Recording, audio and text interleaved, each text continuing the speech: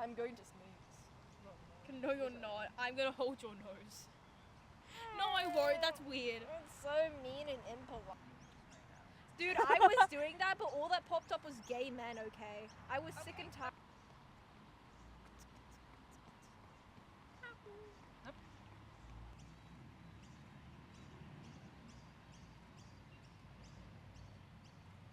It's gonna be worse for like queer people and like people with like niche interests, I guess, because like that's the only way they can find their community. And some people also use it to like vent their feelings and like talk to people to like get help or something.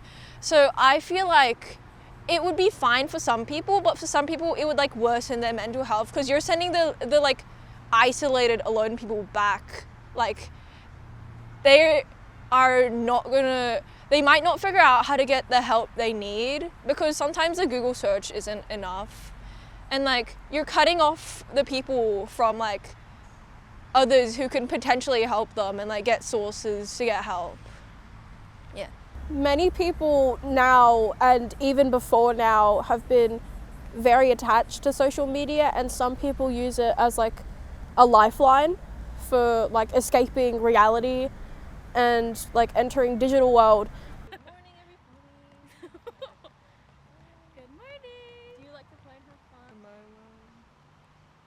Boom. I feel Finding a community that like accepts you as a person and like what you are. Whereas online you find more people that like understand you and they just like get you more.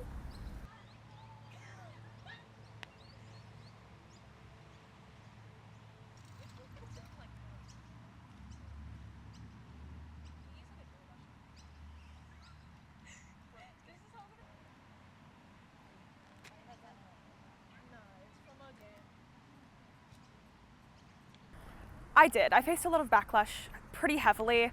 I got bullied pretty badly, which is terrible and disgusting, but it was what I was experiencing at that time.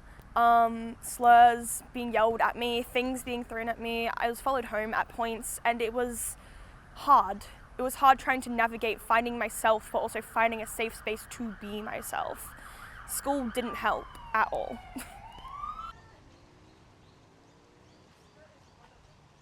it's a cute skirt. Where'd you get it?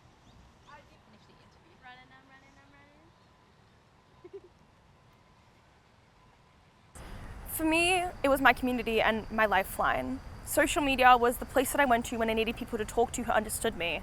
Obviously, being a young queer person in a pretty small school with less than 600, it was difficult to find people who understood what I was going through but could also relate and help me in those situations.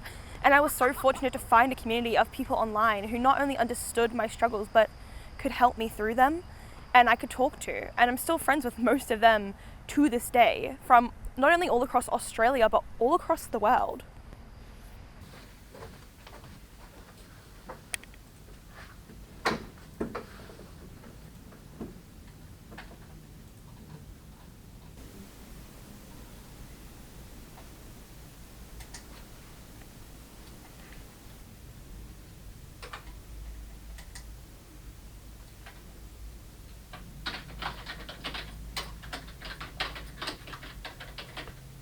They are mixed in their view and opinion. I think there's definitely can be some benefits of restricting or reducing their reliance on social media for their well-being. We know that social media can be an avenue of harm for young people in terms of things like unrealistic body image, for example, or exposure to bullying or predators online. So there's those influences that will be reduced.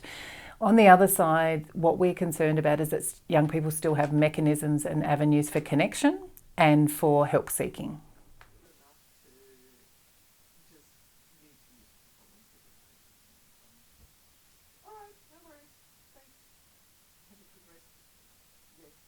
If you think about a young person who might be living in a rural or remote community, who may identify as part of the LGBTQI plus community, for example, and or be part of a multicultural community, and or might live with a disability, those sorts of, the more marginalised you can become, the less likely you might be able to have people around you that you feel understand you, look like you, are interested in the same things. And it's those people, I think, that are starting to feel concerned that where they find connection online might not be as easy to find offline. By suicide in something called suicide postvention, which aims to go in, support those communities and reduce the risk. It's the job of growing up is to explore your identity. And if you don't have safe places to do that, then isolation, distress can escalate really quite quickly. I thought you were on Pinterest, but I was like, no, it looks like she's on Discord. No. She said, but we have to get our nails done today. I don't care. This is a one in a life. That's a photo. To do this? For me personally, it's slightly problematic because you're basically isolated for about 6 weeks during the school holidays. During the start of it, I think I won't be as dependent on social media as I will be hanging out, as I will be socializing with family. But as it continues on, I will probably feel more attached to social media. What are you doing? Just making around. He's waving his head around. See what he goes. And you need string and bead. And this one. And this one. I like this one. I think, yeah, like start of the school year maybe, because that's when people are actually like out and about at school. They can talk to each other. It's kind of an unfortunate time to do this. 2,